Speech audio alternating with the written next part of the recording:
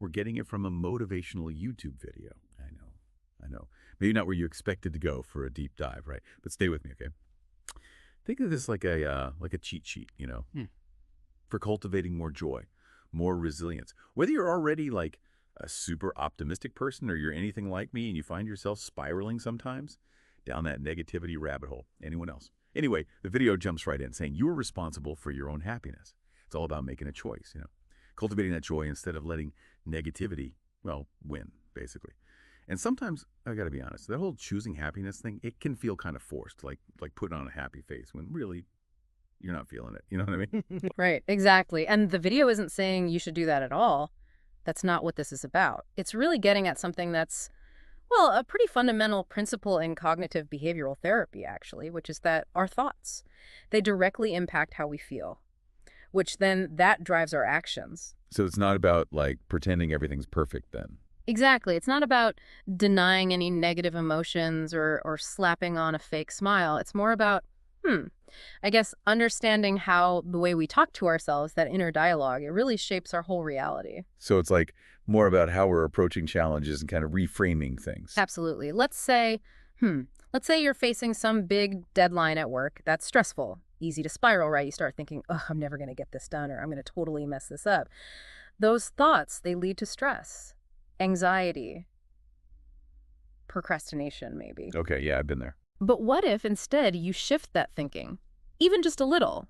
Like, okay, this is a challenge for sure, but I've handled tough deadlines before. Or even, I'm going to break this down into smaller parts and just focus on making some progress. Oh, okay, yeah, I see what you're saying.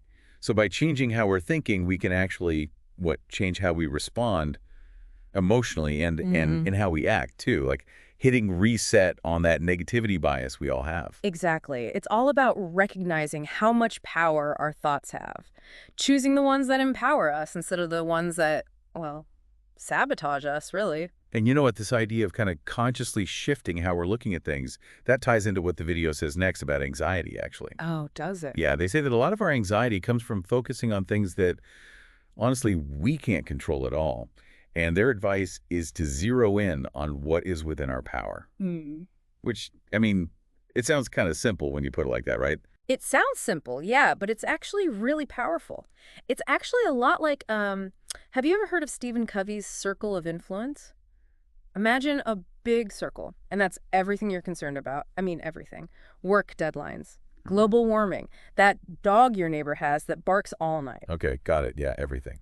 Now, picture a smaller circle inside that one. That's your circle of influence, the things you can actually have some impact on. So the things we can actually control. You got it. It's about putting our energy into those things, our actions, our responses. Like, say you're anxious about a big presentation coming up. You can't control if your boss is going to love it or if your coworkers are going to grill you with questions. Oh, the worst. But you can control how prepared you are, how clearly you get your ideas across, how you manage those pre-presentation jitters. Everyone gets them. Okay, yeah, that makes a lot of sense, actually. So instead of getting all caught up in what might happen, you focus on what you can actually do something about right then. Yes, precisely. Shifting that focus from feeling powerless to feeling empowered, that can help so much with anxiety.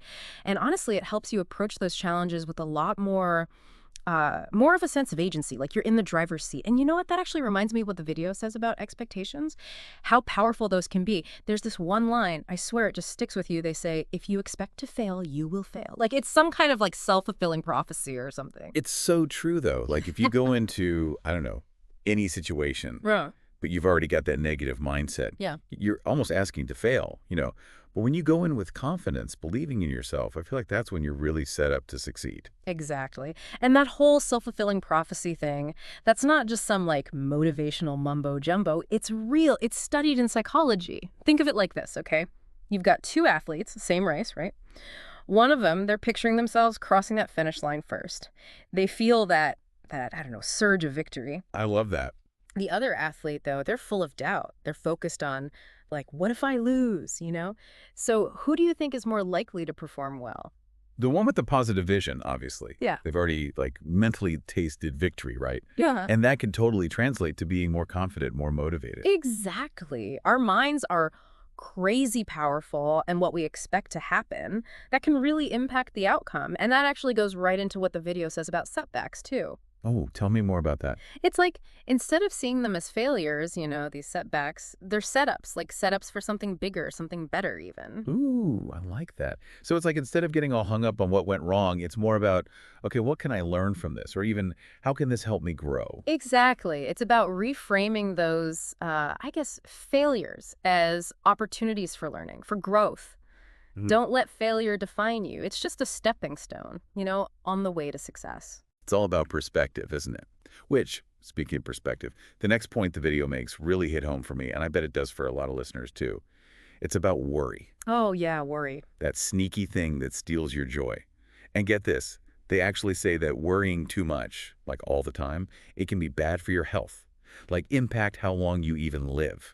Which I don't know about you, but some days it feels like worrying is just like part of being human. It's unavoidable. It's true. Worry and stress, they're normal parts of life. It's when they become chronic, though, that it can really start to impact us mentally, physically, the whole 9 yards. So how do we know then? Like, how do you tell the difference between normal, everyday worry and the kind that's actually harmful? It's really about recognizing when that worry starts to get in the way of your life. Are you feeling overwhelmed constantly, tense, on edge, trouble sleeping, concentrating, can't even enjoy things you used to love? Mm. Those could be signs that worry is starting to take its toll. Okay, that's good to know. So let's say you are feeling stuck in that worry cycle. What can you do about it? The key is to find some healthy ways to cope with that stress. The video mentions visualization, like picturing your worries. They actually say like clouds just floating away. Oh, I kind of like that. And that might not work for everyone, visualizing, but it's that underlying principle, right? Find what works for you. Could be meditation, journaling, getting out in nature, maybe just putting on some calming music. The goal is to shift your focus actively away from the worry to something more, well, positive. Oh, I am all about getting out in nature. Does wonders for my mind. But you know what else the video talks about that I thought was interesting? Problem solving. Oh, yeah. Yeah, they lay out 10 whole steps, which, okay, that might sound like a lot. That does sound kind of daunting. But honestly, it all boils down to some really solid advice when you get down to it. I bet. So we're not just talking about like everyday problems here, are we? These steps could be used for anything, huh? Right. And it's funny because what they're saying, it's a lot like those problem-solving models that like design thinkers use Yeah. or business analysts, all those fields. Wow, that's so interesting. So it's really applicable to like any kind of challenge, big or small. Exactly. The video, it really emphasizes being clear about what the problem actually is, Mm. then breaking it down, smaller chunks, Yeah. more manageable, and then brainstorming solutions, Yeah. being proactive instead of just getting overwhelmed by the whole thing. Oh, that's so key, that proactivity. I love that. Right. And then, okay, this part I thought was really interesting. They talk about intuition, like trusting your gut when it comes to making those decisions about the problem. So I'm curious, what's your take on all that? Is intuition legit? Or is it just like wishful thinking? Intuition is a fascinating thing. It can be a really powerful tool, but, and this is important, we got to approach it with like a critical mind still. Yeah. Because our intuition, a lot of times it comes from like subconscious patterns, stuff we've experienced that we don't even realize is influencing us. So it's not so much that we have some magical sixth sense. It's more like our brains are picking up on things, making connections that maybe we're not consciously aware of. Exactly. Our brains are amazing like that. But we also got to remember that intuition, it can be messed with, by biases we have or past experiences. So it's really important to balance it out, I think. Intuition is great, but consider the logic, the evidence, maybe even get some advice from people you trust before making any big decisions. Totally. It's like finding that middle ground, right? Trust your gut, but also think it through. Okay, so the last thing I wanted to touch on that the video talks about is, well, it's a tough one, heartbreak. They say that everyone goes through loss at some point, which sadly that's true for pretty much all of us, and their advice is to stay busy, like resist the urge to dwell on the pain. What do you think about that? While staying active and like engaged with life can definitely be helpful, we can't forget that grief is a process, and pushing those emotions down, trying to ignore them, it can actually make things worse in the long run. It's not healthy. So it's kind of like we don't want to pretend we're not hurting, Yeah. but we also don't want to get stuck in like a loop of sadness. It's about finding that balance, right? Exactly. When we try to bottle up grief, all those feelings, it can lead us down some, well, unhealthy paths It can even stop us from actually healing, from moving through those stages of grief that are so important. That makes a lot of sense. It's like giving yourself permission to actually grieve, Yeah. for real. But at the same time, remembering that life, well, it does go on, but easier said than done, I think. Yeah. How do you find that balance? People say process your emotions, but what does that even look like in the real world? It's so different for everyone, but I always tell people talking about it can be so helpful. Find someone you trust, or even journaling. Sometimes just getting those feelings out on paper, it's like a weight off your shoulders. Creative outlets, those can be amazing too. And of course, if you need help, there's no shame at all in finding a therapist.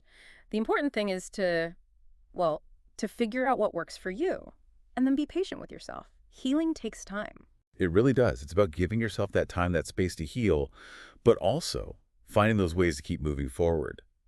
I don't know about you, but this has been such an insightful conversation. It's kind of amazing, actually, how much there is to unpack from, well, a pretty short motivational video. I think the biggest thing I'm taking away from this is, okay, we can't always control what life throws at us, right? That's just part of it. But we do have more control than we realize over how we respond to those things. 100% recognizing that power, I think that's huge. And then making choices, conscious ones, that line up with, with the life we want. Yes, it's about not feeling like just a passenger, but actually getting behind the wheel and driving our own lives.